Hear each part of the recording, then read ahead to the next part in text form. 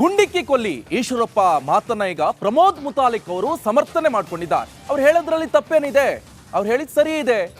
First ಸಂಸದ ಸುರೇಶ್ ಅವರು ಕ್ಷಮೆಯನ್ನ ಕೇಳಲಿ ಎನ್ನುವಂತ ನಿಟ್ಟಿನಲ್ಲಿ ಮಾತನಾಡಿದ್ದಾರೆ ಪ್ರಮೋದ್ ಮುತಾಲಿಕ್ ಅವರು.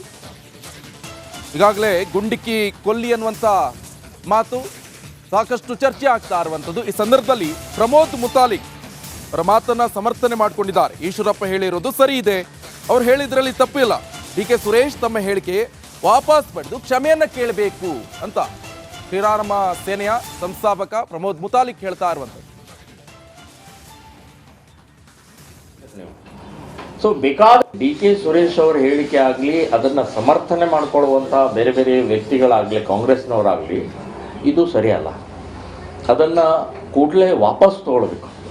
ವಾಪಸ್ ತಗೊಂಡು ನೀವು ಹೋರಾಟ ಮಾಡಿ. ಆದರೆ ಈ ರೀತಿಯ ದೇಶದ್ರೋಹಿಯ ಹೇಳಿಕೆ ಕೊಟ್ಟಿದ್ದು ನಿಜವಾಗಿಯೂ ತಪ್ಪಿದೆ. ಸೊ ಅವರು ಈಶ್ವರಪ್ಪ ಹೇಳಿದ್ರಲ್ಲಿ ಏನೂ ತಪ್ಪಿಲ್ಲ. ಅವರು ರಾಷ್ಟ್ರಧ್ವಜ ಹಾರಿಸೋಕ್ಕೆ ಇಲ್ಲಿ ಈದ್ಗಾ ಮೈದಾನದಲ್ಲಿ ಕಾಂಗ್ರೆಸ್ ತೊಂದರೆ ಕೊಡ್ತು, ಗುಂಡು ಹಾರಿಸಿದ್ರಿ ನೀವು. ಸೊ ಬೇಕಾದಷ್ಟು ರೀತಿಯ ಇವತ್ತು ದೇಶದ್ರೋಹಿ ಇದೆ. ಪಾಕಿಸ್ತಾನ ನಿರ್ಮಾಣ ಮಾಡಿದ್ದು ಯಾರು? ಕಾಂಗ್ರೆಸ್ನವರು ನೀವೇ ನಿರ್ಮಾಣ ಮಾಡಿದ್ರಿ. ಬಾಂಗ್ಲಾದೇಶ್ ನೀವೇ ನಿರ್ಮಾಣ ಮಾಡಿದ್ರಿ. ಹೀಗೆ ಪ್ರತ್ಯೇಕವಾದವನ್ನು ಕಾಂಗ್ರೆಸ್ ನಿರ್ಮಾಣ ಮಾಡ್ತಾ ಇರುವಂಥವರ ಇವತ್ತು ಕಾಂಗ್ರೆಸ್ಸಿನ MP ಬಾಯಲ್ಲೇ ಇವತ್ತು ಈ ರೀತಿಯ ಹೇಳಿಕೆ ಬಂದಿದ್ದಕ್ಕೆ ಆಕ್ರೋಶ ಆಗ್ತಾ ಇದೆ. ಎಲ್ಲರಿಗೂ ಸಿಟ್ಟು ಬರ್ತಾ ಇದೆ. ಏನು ತಪ್ಪೇನು ಇದರಲ್ಲಿ? ಡಿ.ಕೆ. ಸುರೇಶ್ ಅವರ ಹೇಳಿಕೆ ಆಗಲಿ, ಅದನ್ನು ಸಮರ್ಥನೆ ಮಾಡಿಕೊಳ್ಳುವಂಥ ಬೇರೆ ಬೇರೆ ವ್ಯಕ್ತಿಗಳಾಗಲಿ, ಕಾಂಗ್ರೆಸ್ನವರಾಗಲಿ, ಇದು ಸರಿಯಲ್ಲ. ಅದನ್ನು ಕೂಡಲೇ ವಾಪಸ್ ತಗೊಳ್ಬೇಕು. ವಾಪಸ್ ತಗೊಂಡು ನೀವು ಹೋರಾಟ ಮಾಡಿ. ಆದರೆ ಈ ರೀತಿಯ ದೇಶದ್ರೋಹಿ ರಾಜ್ಯ ರಾಜಕೀಯದಲ್ಲಿ ಗುಂಡಿಕ್ಕಿ ಕೊಲ್ಲಿ ಅನ್ನುವ ಹೇಳಿಕೆ ಈಗ ಸಂಚಲನಕ್ಕೆ ಕಾರಣ ಆಗಿದೆ. ಈಶ್ವರಪ್ಪ ಅವರು ಯಾವಾಗ ಇದನ್ನು ಹೇಳಿದ್ರು, ಇದನ್ನು ಒಬ್ಬೊಬ್ಬರೇ ಕಾಂಗ್ರೆಸ್ನ ನಾಯಕರುಗಳು ಖಂಡಿಸ್ತಾ ಇದ್ದಾರೆ, ಅವರಿಗೆ ತಿರುಗೇಟನ್ನು ಕೊಡ್ತಾ ಇದ್ದಾರೆ. ಕೃಷಿ ಸಚಿವ ಚಲುವರಾಯಸ್ವಾಮಿ ಕೂಡ ಇದ್ರ ಬಗ್ಗೆ ಮಾತಾಡಿದ್ದಾರೆ. ಏನು ಹೇಳಿದ್ದಾರೆ? ಅವ್ರದ್ದೇ ದಾಟಿಯಲ್ಲಿ ಅವರು ಟೀಕೆ ಮಾಡಿದ್ದಾರೆ. ಏನು ಹೇಳಿದ್ದಾರೆ ನೋಡೋಣ ಬನ್ನಿ. ಈಶ್ವರಪ್ಪನ ಮತ್ತು ಅನಂತಕುಮಾರ್ ಹೆಗಡೆಯವ್ರನ್ನ ಫಸ್ಟು ಅವ್ರು ಗುಡ್ಡಿಕ್ಲಿ BJPಯವರು, ಆಮೇಲೆ ಓದೋದು ನೋಡ್ತೀವಿ. ಈಶ್ವರಪ್ಪನವ್ರು ಹೇಳಿದರು ನಾವು ಸ್ವಲ್ಪ ದಿವಸದಲ್ಲೇ ಕೇಸರಿನೇ ರಾಷ್ಟ್ರಧ್ವಜ ಮಾಡ್ತೀವಿ ಅಂತ ಹೇಳಿದರು. ಅವ್ರು ಯಾರು ಗುಂಡಿಕ್ಬೇಕು? ಮೊದಲು ಅವ್ರು ಗುಂಡಿಕ್ಲಿ ಅವ್ರ ಪಾರ್ಟಿಯರು, ಆಮೇಲೆ ಉಳಿದದ್ದು ನೋಡೋಣ. ಅನಂತಕುಮಾರ್ ಹೆಗಡೆ ಸಂವಿಧಾನನೇ ಬದಲಾವಣೆ ಮಾಡಬೇಕು ಅಂತ ಹೇಳಿದರು. ಅವ್ರಿಗೇನು ಉತ್ತರ ಕೊಡ್ತಾರೆ BJPಯವರು? ಏನು ಕ್ರಮ ತಗೊಂಡವ್ರೆ ನೋಡ್ರಿ. ಲೋಕಸಭೆ ಚುನಾವಣೆಗೂ ಮುನ್ನವೇ ಪ್ರಧಾನಿ ನರೇಂದ್ರ ಮೋದಿ ಅವರು ಬಿಗ್ ಪ್ಲಾನ್ ರೂಪಿಸಿಕೊಂಡಿದ್ದಾರೆ. ಏನಂದ್ರೆ ಲೋಕಸಭೆ ಚುನಾವಣಾ ಹೊಸ್ತಿಲಲ್ಲೇ CAA ಜಾರಿಗೆ ತರಬೇಕು ಅನ್ನುವಂತ ಪ್ಲಾನ್ ಒಂದು ಸಿದ್ಧಗೊಂಡಿದೆ. CAA ಜಾರಿ ಬಗ್ಗೆ ಸುಳಿವು ಬಿಟ್ಟುಕೊಟ್ಟಿದ್ದಾರೆ ಅಮಿತ್ ಶಾ. ದೇಶದಲ್ಲಿ ಪೌರತ್ವ ತಿದ್ದುಪಡಿ ಕಾಯ್ದೆ ಜಾರಿ ಆಗುತ್ತೆ ಅಂತ ಹೇಳಿದ್ದಾರೆ. ಲೋಕಸಭೆ ಚುನಾವಣೆಗೂ ಮುನ್ನವೇ CAA ಜಾರಿ ಮಾಡುವಂತ ಪ್ಲಾನ್ ಕೇಂದ್ರ ಗೃಹ ಸಚಿವ ಅಮಿತ್ ಶಾ ಅವರೇ ಘೋಷಣೆ ಮಾಡಿದ್ದಾರೆ. ವಿಪಕ್ಷಗಳ ವಿರೋಧಕ್ಕೆ ಗುರಿಯಾಗಿದೆ CAA ಬಿಲ್. ಯಾರ ಪೌರತ್ವವನ್ನ ಕೂಡ ನಾವು ಕಿತ್ತುಕೊಳ್ಳಲ್ಲ ಅಂತ ಅಮಿತ್ ಶಾ ಅವರು ಸ್ಪಷ್ಟನೆ ಕೊಟ್ಟಿದ್ದಾರೆ. ಪೌರತ್ವದ ವಿಚಾರ ಇದು. CAA ಆರಂಭದಲ್ಲೇ ದೊಡ್ಡ ಮಟ್ಟದ ವಿರೋಧ ವ್ಯಕ್ತವಾಯಿತು, ಪ್ರತಿಭಟನೆಗಳಾಯಿತು. ವಿಪಕ್ಷಗಳು ಇದನ್ನೇ ಅಸ್ತ್ರ ಮಾಡಿಕೊಂಡು ಯಾವ ರೀತಿ ತಪ್ಪು ಕಲ್ಪನೆಯನ್ನ ಜನರ ಮನಸ್ಸಿನಲ್ಲಿ ಮೂಡಿಸಿದ್ರು ಅನ್ನುವಂತಹ ವಿಚಾರವನ್ನ ಕೇಂದ್ರ ಸರ್ಕಾರ ಅಂದ್ರೆ ಸ್ವತಃ ಪ್ರಧಾನಿ ನರೇಂದ್ರ ಮೋದಿ ಅವರೇ ಈ ಬಗ್ಗೆ ತಪ್ಪು ಮಾಹಿತಿಯನ್ನ ವಿರೋಧ ಪಕ್ಷದವರು ಕೊಡ್ತಿದ್ದಾರೆ ಅನ್ನುವಂತಹ ವಿಚಾರವನ್ನ ಪ್ರಸ್ತಾಪ ಮಾಡಿದ್ರು. ಈಗ ಅದೇ CAA ಲೋಕಸಭೆ ಚುನಾವಣಾ ಹೊಸ್ತಿಲಲ್ಲಿ ಜಾರಿಗೆ ತರುವಂತಹ ಪ್ಲಾನ್ ಆಗ್ತಾ ಇದೆ. ಈ ಬಗ್ಗೆ ಮತ್ತಷ್ಟು ಡೀಟೇಲ್ಸ್ ಅನ್ನ ಕೊಡ್ತಾ ಹೋಗ್ತಾರೆ ನಮ್ಮ ಪ್ರತಿನಿಧಿ, ದೆಹಲಿ ಪ್ರತಿನಿಧಿ ನಟೇಶ್ ನೇರ ಸಂಪರ್ಕದಲ್ಲಿ ಜಾಯಿನ್ ಆಗ್ತಿದ್ದಾರೆ. ನಟೇಶ್, CAA ಬಗ್ಗೆ ಆರಂಭದಲ್ಲೇ ದೊಡ್ಡ ಮಟ್ಟದ ವಿರೋಧ, ಅಪಸ್ವರ, ವಿರೋಧ ಪಕ್ಷದವರು ಇದನ್ನೇ ಅಸ್ತ್ರ ಮಾಡಿಕೊಂಡು ತಪ್ಪು ಮಾಹಿತಿ ಜನರಿಗೆ ಕೊಡ್ತಿದ್ದಾರೆ ಅನ್ನೋದನ್ನ ಬಹಳ ಸ್ಪಷ್ಟವಾಗಿ ಈ ಹಿಂದೆ ಪ್ರಧಾನಿ ನರೇಂದ್ರ ಮೋದಿ ಅವರು ಕೂಡ ಪ್ರಸ್ತಾಪ ಮಾಡಿದ್ರು. ಈಗ ಲೋಕಸಭೆ ಚುನಾವಣೆಗೂ ಮುನ್ನವೇ CAA ಜಾರಿಗೆ ತರ್ತೀವಿ ಅನ್ನೋಂಥ ಸುಳಿವನ್ನ ಸ್ವತಃ ಅಮಿತ್ ಶಾ ಅವರು ಕೊಡ್ತಿದ್ದಾರೆ. ಏನ್ ಬೆಳವಣಿಗೆ ಆಗಬಹುದು? ಶ್ರುತಿ, ಖಂಡಿತ. ಏನು ಲೋಕಸಭಾ ಚುನಾವಣೆ ಹತ್ರ ಆಗ್ತಾ ಇದ್ದಂತೆ BJP ಏನು ಕೇಂದ್ರ ಸರ್ಕಾರ ಕೊಟ್ಟಿದ್ದಂತಹ ಭರವಸೆಗಳನ್ನು ಎಲ್ಲವನ್ನು ಕೂಡ ಈಡೇರಿಸ್ತಾ ಬರ್ತಾ ಇರ್ತಕ್ಕಂಥದ್ದು. ಅಂದ್ರೆ ಜನತೆಗೆ ಕೊಟ್ಟ ಭರವಸೆಗಳಲ್ಲಿ ಪೌರತ್ವ ಕಾಯ್ದೆ ಕೂಡ ಒಂದಾಗಿತ್ತು. ಇದೀಗ ಪೌರತ್ವ ಕಾಯ್ದೆ ಬಗ್ಗೆ ಸ್ಪಷ್ಟ ಹೇಳಿಕೆಯನ್ನ ಕೊಡೋದಕ್ಕೆ ಅಮಿತ್ ಶಾ ಮುಂದಾಗಿರ್ತಕ್ಕಂಥದ್ದು. ಈ ಅಮಿತ್ ಶಾ ಅವರ ಹೇಳಿಕೆ ಏನಿದೆ, ಇಂದು ಕೊಟ್ಟಂತಹ ಹೇಳಿಕೆ ಏನಿದೆ, ಇದು ಕಾಂಗ್ರೆಸ್ಸಿಗರಿಗೆ ನುಂಗಲಾರದ ತುತ್ತು ಅಂತಾನೆ ಹೇಳ್ಬೋದು. ಯಾಕಂದ್ರೆ ಬಹಳ ಮುಖ್ಯವಾಗಿ ಪೌರತ್ವ ಕಾಯ್ದೆಯನ್ನ ಸಂಪೂರ್ಣವಾಗಿ ಅಂದ್ರೆ ದೊಡ್ಡ ಮಟ್ಟದಲ್ಲಿ ಕಾಂಗ್ರೆಸ್ ವಿರೋಧವನ್ನ ವ್ಯಕ್ತಪಡಿಸಿತ್ತು. ಪೌರತ್ವ ಕಾಯ್ದೆಯಿಂದಾಗಿ ಇಡೀ ದೇಶದ ಜನರಿಗೆ ತೊಂದರೆ ಆಗುತ್ತೆ, ಅಂದ್ರೆ ದೇಶದಲ್ಲಿ ಅಲ್ಪಸಂಖ್ಯಾತರಿಗೆ ಬಹಳಷ್ಟು ತೊಂದರೆ ಆಗುತ್ತೆ ಎನ್ನುವಂತಹ ಒಂದು ಆರೋಪವನ್ನ ಬಹಳ ದೊಡ್ಡ ಮಟ್ಟದಲ್ಲಿ ಕಾಂಗ್ರೆಸ್ ಮಾಡಿತ್ತು. ಇದೀಗ ಆ ಆರೋಪಗಳು ಎಲ್ಲದಕ್ಕೂ ಕೂಡ ಉತ್ತರ ಸಿಗ್ತಾ ಇದೆ ಅಂತಾನೆ ಹೇಳ್ಬೋದು. ಯಾಕಂದ್ರೆ ಬಹಳ ಮುಖ್ಯವಾಗಿ ಪೌರತ್ವ ಕಾಯ್ದೆಯ ಉಪಯೋಗ ಏನು ಮತ್ತೆ ಅದರಿಂದ ಯಾರಿಗೆ ತೊಂದರೆ ಆಗುತ್ತೆ ಅನ್ನೋದರ ಎಲ್ಲ ವಿಚಾರವನ್ನ ಇಂದು ಅಮಿತ್ ಶಾ ಅವರು ಹೇಳಿಕೆಯನ್ನ ಕೊಟ್ಟಿರ್ತಕ್ಕಂಥದ್ದು. ಅಂದ್ರೆ ಲೋಕಸಭಾ ಚುನಾವಣೆಗೂ ಮುನ್ನ ಅಂದ್ರೆ ಪೌರತ್ವ ಕಾಯ್ದೆಯನ್ನ ಜಾರಿಗೆ ತರ್ತೀವಿ ಎನ್ನುವಂತಹ ಸ್ಪಷ್ಟ ಹೇಳಿಕೆಯನ್ನ ಕೇಂದ್ರ ಸಚಿವ ಅಮಿತ್ ಶಾ ಅವರು ನೀಡಿರ್ತಕ್ಕಂಥದ್ದು.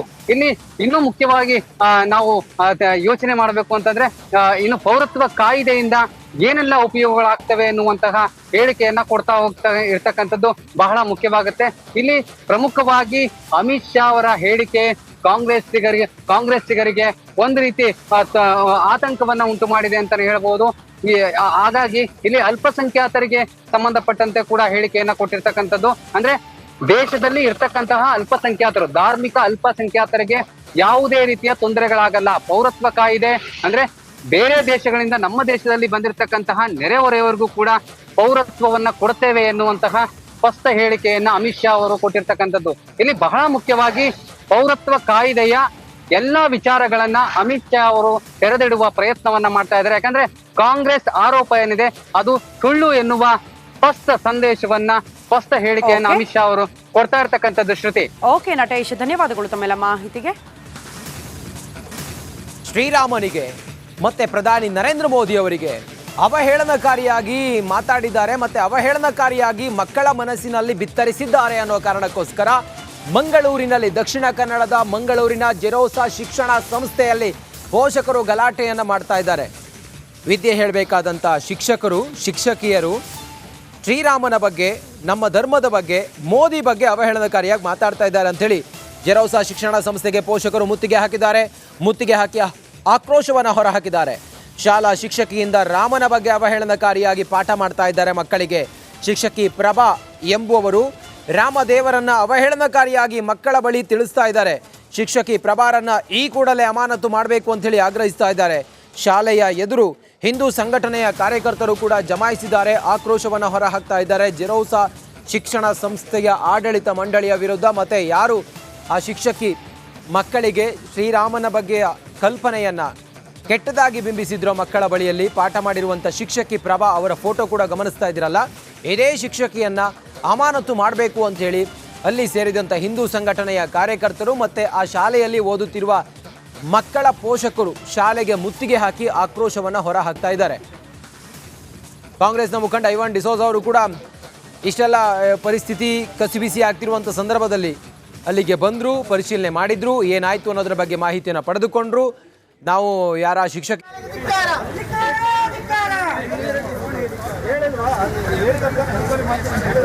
ಸಸ್ಪೆಂಡ್ ಆಗ್ಬೇಕಂತ ಹೇಳಿ ಸರ್.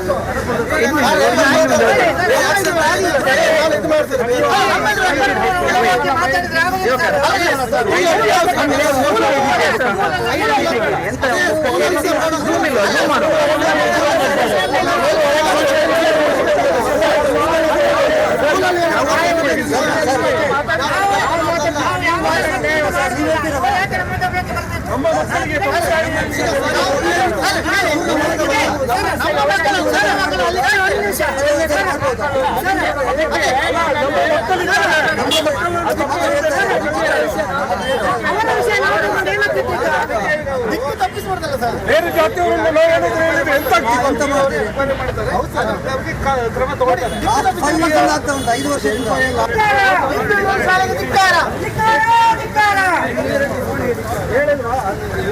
ವಿದ್ಯಾರ್ಥಿಗಳಿಗೆ ಶ್ರೀರಾಮನ ಕುರಿತು ಅವೇಳನಕಾರಿ. ಶ್ರೀರಾಮಚಂದ್ರನ ಆದರ್ಶ ಸರಿಯಿಲ್ಲ, ಶ್ರೀರಾಮಚಂದ್ರನ ಜೀವನ ಚಕ್ರ ಸರಿಯಿಲ್ಲ, ಅವನ ಜೀವನ ಶೈಲಿ, ಅವರನ್ನೊಬ್ಬರು ಸಾದಾಸೀದ ಒಂದು ವ್ಯಕ್ತಿಯಾಗಿ ಮಾರ್ಪಡಿಸಿಕೊಂಡು ಹಿಂದೂ ಸಮಾಜಕ್ಕೆ ಶ್ರೀರಾಮಚಂದ್ರ ಮರ್ಯಾದ ಪುರುಷೋತ್ತಮ, ನಾವೆಲ್ಲರೂ ಅವರ ಆದರ್ಶವನ್ನು ಬೆಳೆಸಿಕೊಂಡು ಜೀವನ ಮಾಡುವಂಥ ವ್ಯಕ್ತಿಗಳು, ನಾವೆಲ್ಲ ಅಂಥ ವ್ಯಕ್ತಿಗಳು. ನಮ್ಮ ಮಕ್ಕಳ ಮೇಲೆ ನನಗೆ ಪೋಷಕರಾಗಿ ಮಾತಾಡ್ತಾ ಇಲ್ಲ, ಪೋಷಕರ ದೂರುಗಳು ಆ ರೀತಿ ಬಂದಿದೆ. ಅವರು ತುಂಬ ಭಾವ್ಯಾವೇಶಗಳಿಗೆ ಹೇಳ್ತಾ ಇದ್ದಾರೆ.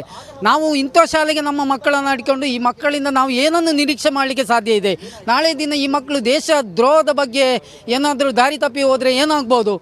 ದೇವರನ್ನೇ ಅವಹೇಳನ, ಶ್ರೀರಾಮಚಂದ್ರನನ್ನೇ ಒಬ್ಬರು ಅಧ್ಯಾಪಿಕೆ ಅವಹೇಳನ ಮಾಡಿಕೊಂಡು ಮಾತಾಡ್ತಾ ಹೇಳಿದರೆ ಆ ಮಕ್ಕಳು ಒಪ್ಪಲೇಬೇಕಲ್ಲ. ನೋಡಿ, ಮಕ್ಕಳು ಹೇಳಿದರೆ 7ನೇ ಕ್ಲಾಸ್ನ ಮಕ್ಕಳು ಹೇಳಿದರೆ ಅವರು ಸೂಕ್ಷ್ಮಮತಿಯರಾಗ್ತದೆ. ನಾವು ಒಂದು ವಿಷಯ ಹೇಳಿದರೆ 1 ವಾರ ತನಕ ಅದನ್ನು ನೆನಪಿಟ್ಟುಕೊಂಡು ಪ್ರಶ್ನೆ ಹಾಕಿದರೆ ಅದಕ್ಕೆ ಉತ್ತರಗಳಂಥ ಮನಸ್ಥಿತಿಯಲ್ಲಿರುವಂಥ ಆ ಮಕ್ಕಳಿಗೆ ಶ್ರೀರಾಮಚಂದ್ರನ ವಿರುದ್ಧ, ದೇಶದ ಪ್ರಧಾನಿಯ ವಿರುದ್ಧ, ಹಿಂದೂ ಧರ್ಮದ ವಿರುದ್ಧವಾಗಿ ಅವಹೇಳನಕಾರಿಯಾಗಿ ಬೇಡದ ಭಾಷೆ ಅಲ್ಲಿ ನಾವು ಇಲ್ಲಿ ಮಾಧ್ಯಮದ ಮುಖಾಂತರ ಹೇಳುವಂಥ ಪರಿಸ್ಥಿತಿಯಲ್ಲಿ ಇಲ್ಲ. ಶಾಲೆಗೂ ಕೂಡ ಭೇಟಿ ನೀಡಿದ್ರಿ, ಅಲ್ಲಿ ಆಡಳಿತ ಮಂಡಳಿ ಏನಂತ ಹೇಳಿದ್ರು? ಶಾಲೆಗೆ ನಾವು ಭೇಟಿ ನೀಡಿದ್ದೇವೆ. ಶಾಲೆಗೆ ಬೆಳಗಿನ ಜಾವದಲ್ಲಿ ನಮ್ಮ ಪೇರೆಂಟ್ಗಳಿದ್ದರು, ಮಕ್ಕಳ ಪೇರೆಂಟ್ಗಳು, ಒಂದು 5-6 ಜನ ಮಕ್ಕಳ ಪೇರೆಂಟ್ಗಳು ಭೇಟಿ ನೀಡಿದ ಸಂದರ್ಭದಲ್ಲಿ ಮುಖ್ಯೋಪಾಧ್ಯಾಯ ಹೇಳಿದ್ರಂತೆ ನಾವು ಅದನ್ನು ಪರಿಶೀಲಿಸಿ ಮಾಡಿಕೊಂಡು ಒಂದಷ್ಟು ದಿನಗಳ ಕಾಲಾವಕಾಶ ಬೇಕು, ಆನಂತರ ನಾವೇನು ಅದಕ್ಕೆ ವ್ಯತಿರಿಕ್ತ ಆ್ಯಕ್ಷನ್ ತೆಗೆಲ್ತೇವೆ. ನಾವೀಗ ಸಂಘಟನೆ ಮುಖಾಂತರ ವಿಶ್ವ ಹಿಂದೂ ಪರಿಷತ್, ಬಜರಂಗ ದಳ, ಹಿಂದೂ ಜಾಗರಣ ವೇದಿಕೆ ಕಾರ್ಯಕರ್ತರು, ನಮ್ಮ ಜೊತೆಗೆ ಸ್ಥಳೀಯ ಜನಪ್ರತಿನಿಧಿಗಳೆಲ್ಲ ಇದ್ದರು. ಅವರೆಲ್ಲ ನಾನು ಸೇರಿಸಿಕೊಂಡು ಮುಖ್ಯೋಪಾಧ್ಯಾಯರ ಹತ್ರ ಅತ್ಯಂತ ಗೌರವಯುತವಾಗಿ ನಾವು ಮಾತಾಡಿಸ್ಕೊಂಡು ಬಂದಿದ್ದೇವೆ. ಅವರು ಹೇಳಿದರು ನಮಗೆ 1 ವಾರದ ಕಾಲಾವಕಾಶ ಬೇಕು, ಇದನ್ನು ಕೂಲಂಕಷವಾಗಿ ಪರಿಶೀಲನೆ ಮಾಡಿಕೊಂಡು ಚರ್ಚೆ ಮಾಡಿಕೊಂಡು ನಾವು ಏನಾದರೂ ಅದರ ಪರಿಸ್ಥಿತಿಯನ್ನು ತಿಳಿಸ್ತೇವೆ. ನಾವಿಲ್ಲ, ನಮಗೆ ಇದು ವರದಿ ಪ್ರಕಾರ 5 ವರ್ಷಗಳಿಂದ ಇದು ನಿರಂತರವಾಗಿ ನಡೀತಿರುವಂಥ ಪ್ರಕ್ರಿಯೆ. ಆ ಪ್ರಕ್ರಿಯೆಗೆ ನಮಗೆ ಇಮ್ಮಿಡಿಯೇಟ್ಲಿ ನಮಗೆ ನನಗೆ ಈ ಘಟನೆ ತಿಳಿದ ಕೂಡಲೇ ನಾನು ಕಾಲೇಜಿಗೆ, ಸ್ಕೂಲಿಗೆ ಮತ್ತು ಸಿಸ್ಟರ್ ಕಾನ್ವೆಂಟ್ಗೆ ಭೇಟಿ ನೀಡಿದ್ದೇನೆ. ವಿಚಾರವನ್ನು ವಿಚಾರಿಸಿದ್ದೇನೆ. ಸಿಸ್ಟರ್ ಏನು ಹೇಳಿದರು ಅಂತ ಹೇಳಿದರೆ, ಶಾಲೆಯಲ್ಲಿ ಒಂದು ವರ್ಕ್ ಈಸ್ ವರ್ಷಿಪ್ ಅಂತ ಒಂದು ಪಾಠ ಇತ್ತು. ಆ ಪಾಠದ ಬಗ್ಗೆ ಎಕ್ಸ್ಪ್ಲೈನ್ ಮಾಡುವಂಥ ಸಂದರ್ಭದಲ್ಲಿ ಅವರು ದೇವರುಗಳ ಬಗ್ಗೆ ಮಾತಾಡಿದ್ದಾರೆ ಹೊರತು ಬೇರೆ ಇಂಥ ಘಟನೆಗಳ ಬಗ್ಗೆ ಏನು ಇದುವರೆಗೆ ಮಾತಾಡಿದ್ದು ನನ್ನ ಗಮನದಲ್ಲಿ ಇಲ್ಲ. ಹಾಗಾಗಿ ಈಗ ಕೆಲವು ಪೇರೆಂಟ್ಸ್ಗಳು ಬಂದು ನನ್ನ ಹತ್ರ ರಿಕ್ವೆಸ್ಟ್ ಮಾಡಿದ್ದಾರೆ, ಅವರು ದೇವರ ಬಗ್ಗೆ ಅವಹೇಳನೆ ಮಾಡಿದ್ದಾರೆ, ಈ ಬಗ್ಗೆ ಸ್ವಲ್ಪ ನೀವು ತನಿಖೆ ಮಾಡಬೇಕು ಅಂತ ಕೇಳಿಕೊಂಡಿದ್ದಾರೆ.